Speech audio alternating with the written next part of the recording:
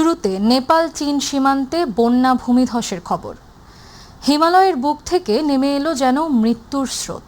ভয়াবহ আকস্মিক পাহাড়ি ঢল আর বন্যায় লণ্ডভণ্ড নেপালের সীমান্তবর্তী অঞ্চল।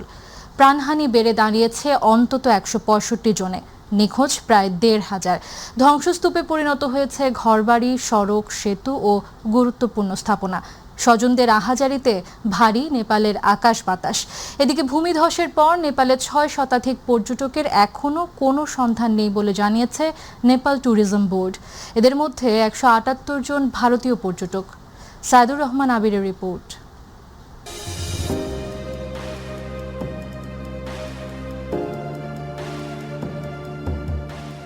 এক মুহূর্ত আগেও যেখানে ছিল মানুষের কোলাহল, পরক্ষণেই সেখানে শুধু ধ্বংস আর হাহাকার।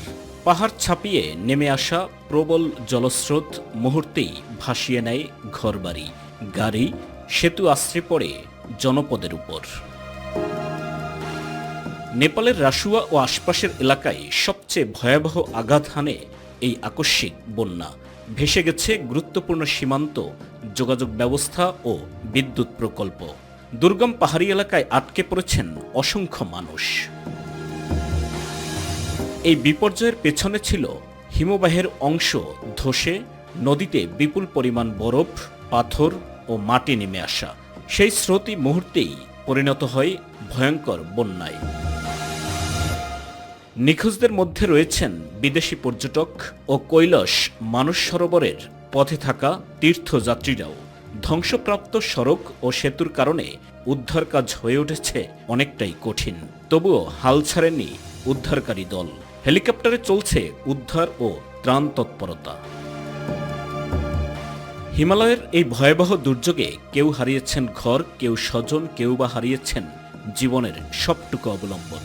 ধ্বংসস্তূপের মাঝে এখনো চলছে বেঁচে থাকা মানুষকে খোঁজার চেষ্টা, আর স্বজনদের প্রার্থনা এই মৃত্যুর মিছিল থামুক, ফিরে আসুক হারিয়ে যাওয়া মানুষগুলো। সাইদুর রহমান আবির, মাই টিভি নিউজ ডেস্ক।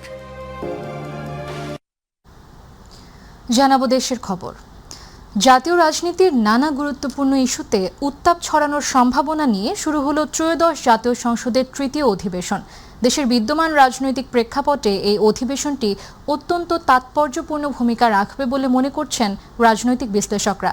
বিশেষ করে আইনশৃঙ্খলা পরিস্থিতি, গ্যাস ও বিদ্যুৎ সংকট এবং দফায় দফায় লোডশেডিংয়ের মতো বিষয়গুলো নিয়ে সংসদে বক্তব্য রাখবে বিরোধী দল। অধিবেশনকে ঘিরে জাতীয় সংসদ ভবন ও এর সংলগ্ন এলাকাগুলোতে গড়ে তোলা হয়েছে কঠোর নিরাপত্তা বলয়। ঢাকা মেট্রোপলিটন পুলিশের পক্ষ থেকে শেরেবাংলা নগর সহ আশপাশের গুরুত্বপূর্ণ সড়কে সব ধরনের সভা সমাবেশ, মিছিল, শোভাযাত্রা ও বিক্ষোভ প্রদর্শন নিষিদ্ধ ঘোষণা করা হয়েছে। অনাকাঙ্ক্ষিত পরিস্থিতি এড়াতে এবং সার্বিক শান্তি শৃঙ্খলা বজায় রাখতে এই বিশেষ নিষেধাজ্ঞা বলবৎ করা হয়েছে। ট্রান্সপারেন্ট প্রপার্টি, গুম ও মানবাধিকার বিল সংসদের চলতি অধিবেশনে উঠতে যাচ্ছে বলে জানিয়েছেন চিফ হুইপ নুরুল ইসলাম মনি। তিনি বলেছেন, ন্যায় বিচারের স্বার্থে ইউরোপীয় ইউনিয়নের সাথে আলোচনা করে মানবাধিকার আইন সংশোধন করা হবে। মনি বলেন, বিরোধী দল থেকে ডেপুটি স্পিকার ও সংসদীয় স্থায়ী কমিটির সভাপতির পদের নিয়োগ দিতে জুলাই সনদ বাস্তবায়ন করতে চায় সরকার। সরকার দলের সংসদীয় সভা শেষে মিডিয়া সেন্টারে সংবাদ সম্মেলনে তিনি এসব কথা বলেন।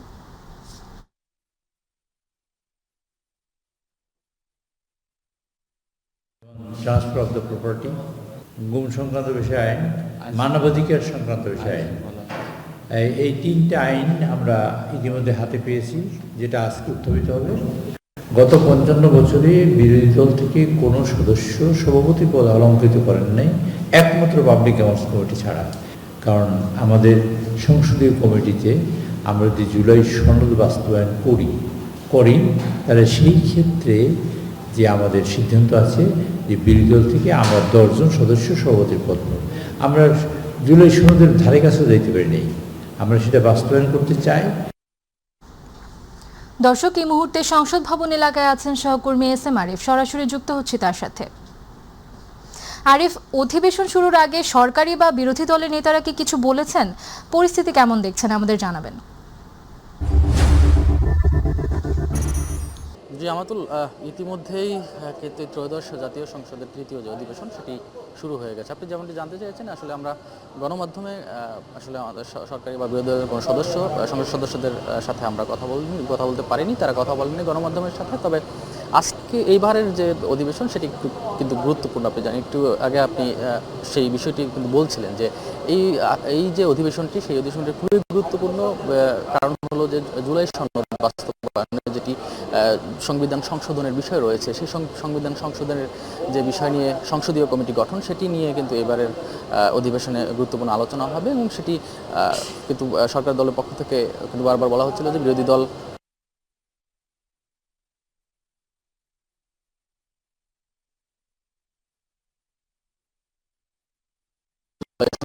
বাস্তবায়নের বিষয়ে সংবিধান সংশোধন। তবে এই নিয়ে কিন্তু দুই পক্ষের সরকার এবং বিরোধী দলের মধ্যে বিভিন্ন মত আছে, তবে সেই বিষয়ে আমরা যাচ্ছি না। আর একটি বিষয় জানিয়ে রেখে এবার অধিবেশনে কিন্তু আরও কিছু গুরুত্বপূর্ণ রয়েছে, বিশেষ করে 6টি বিল কিন্তু এবারের অধিবেশনে কিন্তু জানতে পেরেছি যে চিফ হুইপ একটি ব্রিফিংয়ে এর মধ্যে কিন্তু রয়েছে গুম, মানবাধিকার সংক্রান্ত যে সুরক্ষা বিল সেটি রয়েছে,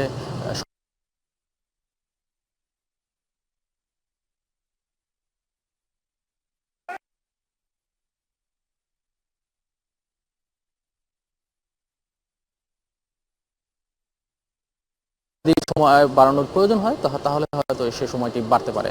তবে এই ছোট বা সংক্ষিপ্ত অধিবেশনে কিন্তু গুরুত্বপূর্ণ অধিবেশন বলা হচ্ছে এবার। এবং জানেন যে সাম্প্রতিক সময়ে বিভিন্ন ধরনের যেমন বিশেষ করে জ্বালানি, তারপর বিদ্যুৎ সহ, গ্যাস সহ নানা সংকট রয়েছে। সেই বিষয় নিয়ে কিন্তু এবারের যে অধিবেশন, সেই অধিবেশনে আলোচনা হওয়ার কথা রয়েছে এবং সেই বিষয়টি নিয়ে আলোচনা হওয়ার কথা রয়েছে।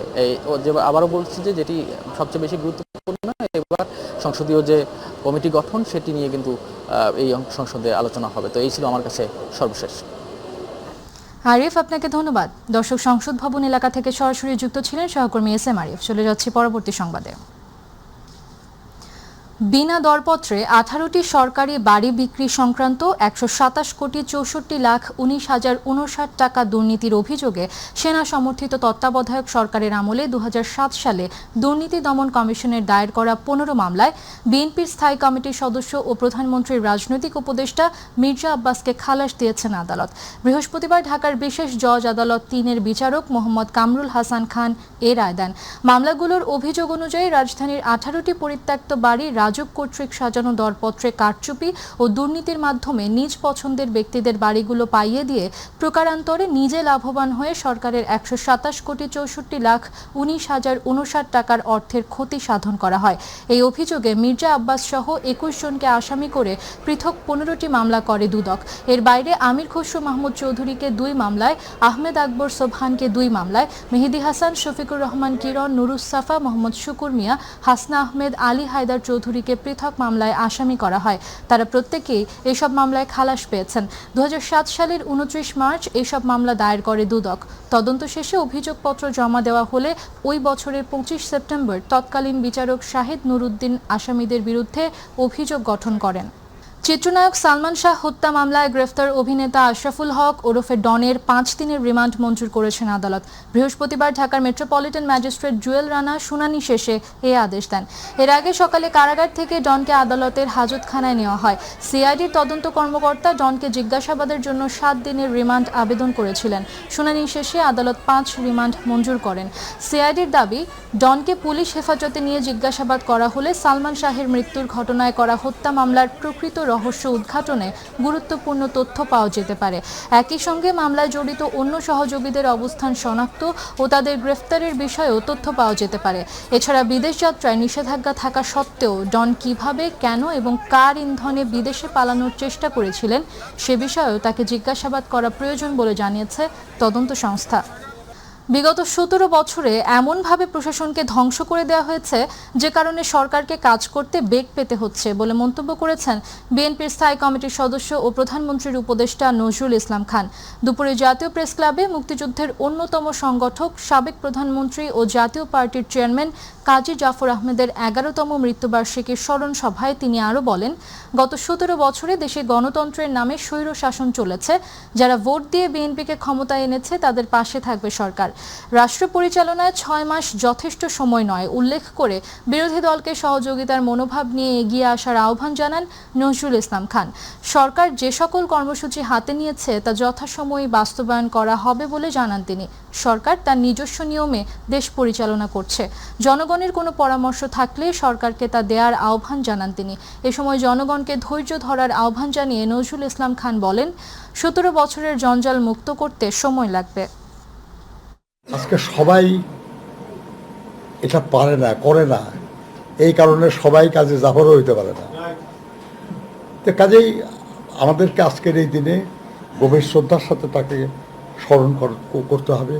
আমরা স্মরণ করছি তাকে গভীর শ্রদ্ধার সাথে। এইসব মানুষগুলিকে ইতিহাসে বাঁচিয়ে রাখার দায়িত্ব রাজনৈতিক সংগঠনের। কারণ আর যাই হোক, যত পরিচয় থাকুক, ফাইনালি কাজী জাফর আহমদ একজন রাজনীতিবিদ। অবশ্যই তিনি একজন শ্রমিক নেতা, অবশ্যই তিনি একজন ছাত্র নেতা। ছাত্র আন্দোলনে যারা আছে, শ্রমিক আন্দোলনে যারা আছে, তাদের উচিত তাকে স্মরণ করা, শুধু সম্মান জানানোর জন্য না, কৃতজ্ঞতা জানানোর জন্য। এইসব মানুষরা ক্ষেত্র প্রস্তুত করেছিলেন বলেই আমরা এখন আগায় যেতে পারতেছি। প্রধান নির্বাচন কমিশনার AM নাসির উদ্দিনের নেতৃত্বে বাংলাদেশ নির্বাচন কমিশনের 5 সদস্যের এক প্রতিনিধি দল আজ বঙ্গভবনে রাষ্ট্রপতি মির্জা ফখরুল ইসলাম আলমগীরের সঙ্গে সৌজন্য সাক্ষাৎ করেছেন। প্রতিনিধি দলে অন্যান্য সদস্যদের মধ্যে ছিলেন নির্বাচন কমিশনার আব্দুর রহমান এল মাসুদ, নির্বাচন কমিশনার মোহাম্মদ আনোয়ারুল ইসলাম সরকার ও নির্বাচন কমিশনার ব্রিগেডিয়ার জেনারেল অবসরপ্রাপ্ত আবুল ফজল মোহাম্মদ সানাউল্লাহ ও নির্বাচন কমিশন সচিবালয়ের সিনিয়র সচিব আখতার আহমেদ। দ্রোহের কবি কাজী নজরুল ইসলামের একটি কবিতা, একটি প্রতিবাদী গান হয়ে যায় শৃঙ্খল ভাঙার সাহস। আর তাই কাজী নজরুলের লেখনী থেকে শিক্ষা নিয়ে নতুন প্রজন্মকে সামনের দিকে এগিয়ে যাওয়ার আহ্বান জানিয়েছেন বিএনপির ভারপ্রাপ্ত মহাসচিব অ্যাডভোকেট রুহুল কবির রিজভী আহমেদ। সকালে কবির 50তম মৃত্যুবার্ষিকীতে কবির সমাধিতে ফুল দিতে এসে তিনি এসব কথা বলেন। জাহিদ আহমেদ বাবুর রিপোর্ট। বলবীর বল উন্নত বাঙালির প্রাত্যহিক জীবনে কবি নজরুলকে ভুলে থাকা অসম্ভব। তা তিনি পরিষ্কার বুঝিয়ে দিয়ে গেছেন তার কবিতা ও গানে। আর তাই তো তিনি ছিলেন বাঙালি মনীষীর তুঙ্গিয়ে নিদর্শন। মসজিদেরি পাশে আমার কবর দিও ভাই। সাম্যের কবি কাজী নজরুল ইসলামের 50তম মৃত্যুবার্ষিকীতে ঢাকা বিশ্ববিদ্যালয় কেন্দ্রীয় মসজিদ প্রাঙ্গণে কবির সমাধিতে ফুল দিয়ে শ্রদ্ধা জানিয়ে এমন মন্তব্য করেন বিএনপির ভারপ্রাপ্ত মহাসচিব অ্যাডভোকেট রুহুল কবির রিজভী আহমেদ। কবিতা, তার গান আমাদেরকে অনুপ্রাণিত করেছে।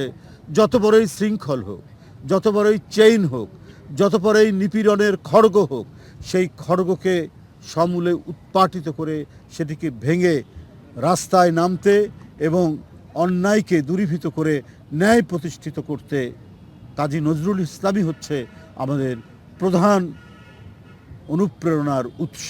কালজয়ী এই কবি ব্রিটিশ বিরোধী আন্দোলন থেকে শুরু করে ৭১-এর মুক্তি সংগ্রাম এবং দেশের সব গণতান্ত্রিক আন্দোলনেও বাঙালি জাতিকে জুগিয়েছেন অনুপ্রেরণা, বললেন ঢাকা বিশ্ববিদ্যালয়ের উপাচার্য ডক্টর ABM ওবায়দুল ইসলাম। তার ব্রিটিশ বিরোধী আন্দোলনে তার অবদান, সে অবদান স্বাধীনতাকামী মানুষ একজন, মুক্তিকামী মানুষ একজন, সাম্যের মানুষ একজন, একজন ন্যায় বিচারের মানুষ একজন, সেই ব্যাপারটি তার কাজের মধ্যে দিয়ে ফুটে উঠেছে। বাংলাদেশ যে বিনির্মাণের পরেও তাকে বাংলাদেশে আমরা পেয়েছি, জাতীয় কবি হিসাবে তাকে আমরা এখানে আনতে পেরেছি। এটা আমাদের পরম সৌভাগ্য এবং তার লেখনী মানুষকে জাগ্রত করে। এই সময় কেউ কেউ বললেন, নজরুলের চেতনায় উদ্বুদ্ধ হয়ে নতুন প্রজন্মকে সামনের দিকে এগিয়ে যেতে হবে। নজরুল সবসময় বৈষম্যের শিকার, অথচ নজরুল বৈষম্যের বিরুদ্ধে প্রতিবাদ করতে শিখায়। যে কোনো আন্দোলন বলেন, যা কিছুই বলেন, একটা প্রেম ভালোবাসা, তখনও চিন্তা করবেন নজরুল, বিদ্রোহেও চিন্তা করবেন নজরুল। আর কবি নজরুলের গান ও কবিতা জাতীয় পর্যায়ে সরব রাখার দাবি জানান কবি নজরুলের নাতনি খিলখিল কাজী। কাজী নজরুল আমাদের জাতীয় জীবনে সবসময় প্রাসঙ্গিক। আর তাই স্বাধীনতার মূল্যবোধ এবং বাঙালি জাতিসত্তাকে টিকিয়ে রাখতে হলে বাঙালিকে নজরুলের কাছেই ফিরে যেতে হবে। 50তম মৃত্যু বার্ষিকীতে কবির সমাধিতে শ্রদ্ধা জানাতে এসে এমনটাই জানান বিভিন্ন রাজনৈতিক ও সামাজিক সাংস্কৃতিক সংগঠনের নেতারা। জাহিদ আহমেদ বাবু, মাই টিভি, ঢাকা। স্থানীয় সরকার প্রতিমন্ত্রী মীর শাহে আলম বলেছেন, করাইল, ভাসানটেক ও সাততলা বস্তিতে বহুতল ভবন নির্মাণের জন্য চীনের কাছে 10,000 কোটি টাকা আর্থিক সহায়তা চেয়েছে বাংলাদেশ। আর চীনের রাষ্ট্রদূত ইয়াও ওয়েন বলেছেন, বাংলাদেশের সাথে অর্থনৈতিক সম্পর্কের পাশাপাশি রাজনৈতিক সম্পর্কও এগিয়ে নিতে চায় চীন। ইউসুফ আলী রিপোর্ট।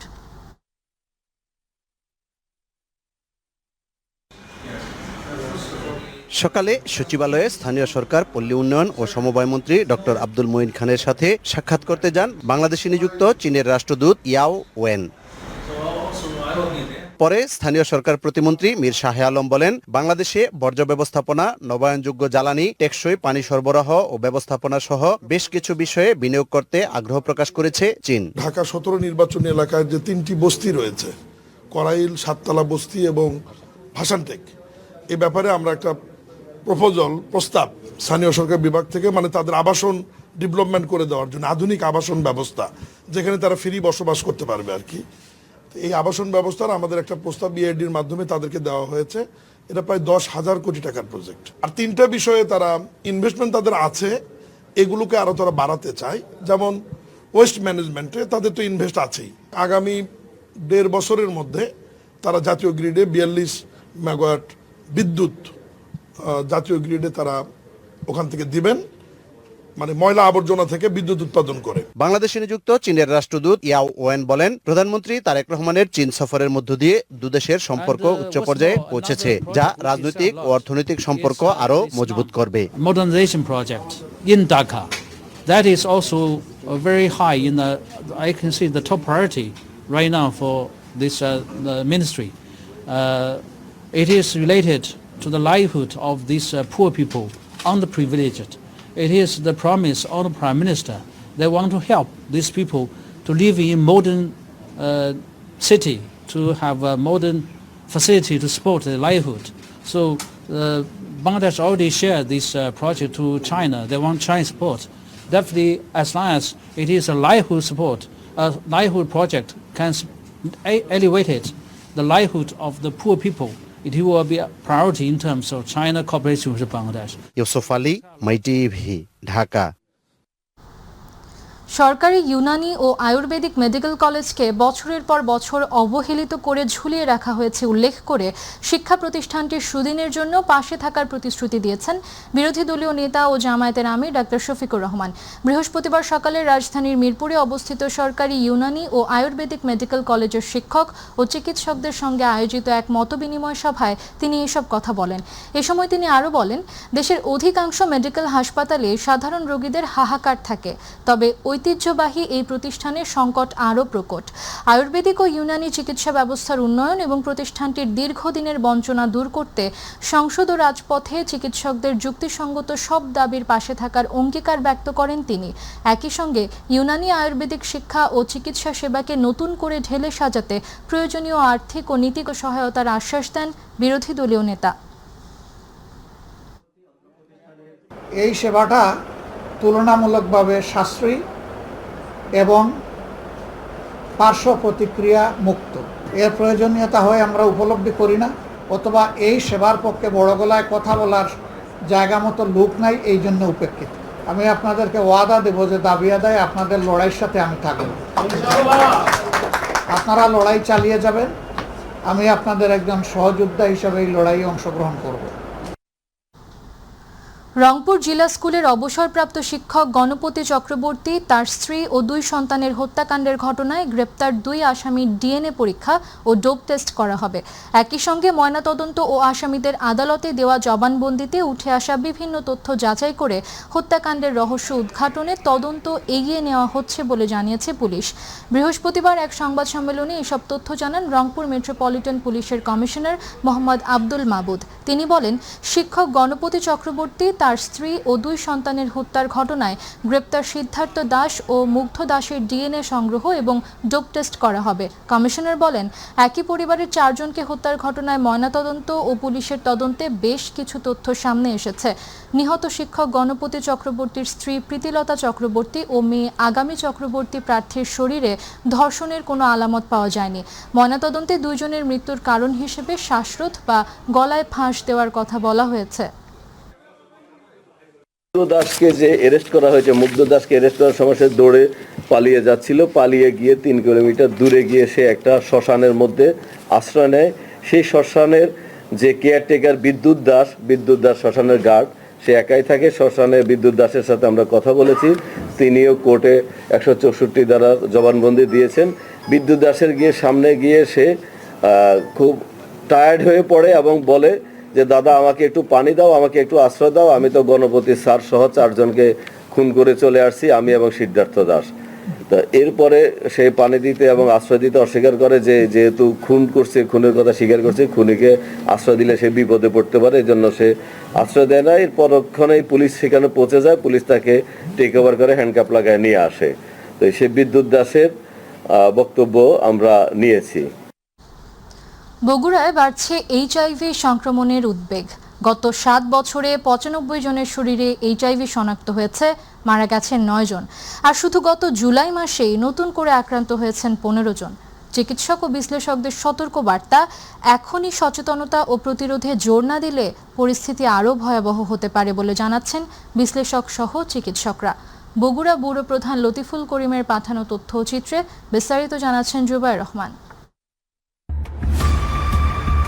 বগুড়ায় নীরবে বাড়ছে এইচআইভির ঝুঁকি। 2019 সালের ফেব্রুয়ারি থেকে 2026 সালের জুলাই, এই 7 বছরে 95 জনের শরীরে শনাক্ত হয়েছে এইচআইভি। এর মধ্যে প্রাণ হারিয়েছেন 9 জন। সবচেয়ে উদ্বেগের তথ্য, শুধু গত জুলাই মাসেই নতুন করে 15 জনের শরীরে মিলেছে এইচআইভি।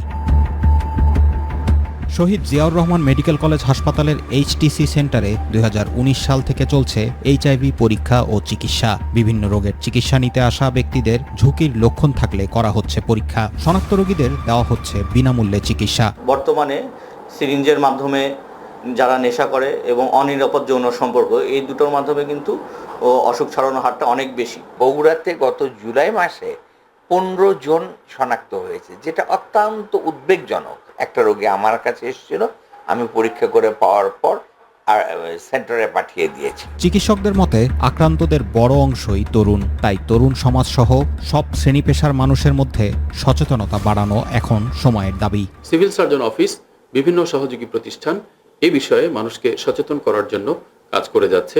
সমাজের সর্বস্তরের মানুষকে সচেতনভাবে এগিয়ে আসতে হবে। বিশ্লেষকদের মতে এখনই লাগাম টানতে হবে এই সংক্রমণের। শুধু চিকিৎসা নয়, প্রতিরোধে বাড়াতে হবে সচেতনতা, নিশ্চিত করতে হবে পরীক্ষা এবং এই রোগ নিয়ে দূর করতে হবে সমাজের ভুল ধারণা। শিক্ষক, সমাজকর্মী, রাজনৈতিক নেতৃবৃন্দ, বিভিন্ন বেসরকারি অর্গানাইজেশনগুলো সম্মিলিতভাবে প্রচেষ্টা চালালে আমাদের এই এইচআইভি সংক্রমণ ঠেকানো সম্ভব হবে। এইচআইভি মানেই জীবন থেমে যাওয়া নয়, সময় মতো পরীক্ষা ও চিকিৎসায় নিয়ন্ত্রণে রাখা সম্ভব। তবে অবহেলা নয়, এখনই প্রয়োজন সচেতনতা ও সম্মিলিত প্রতিরোধ।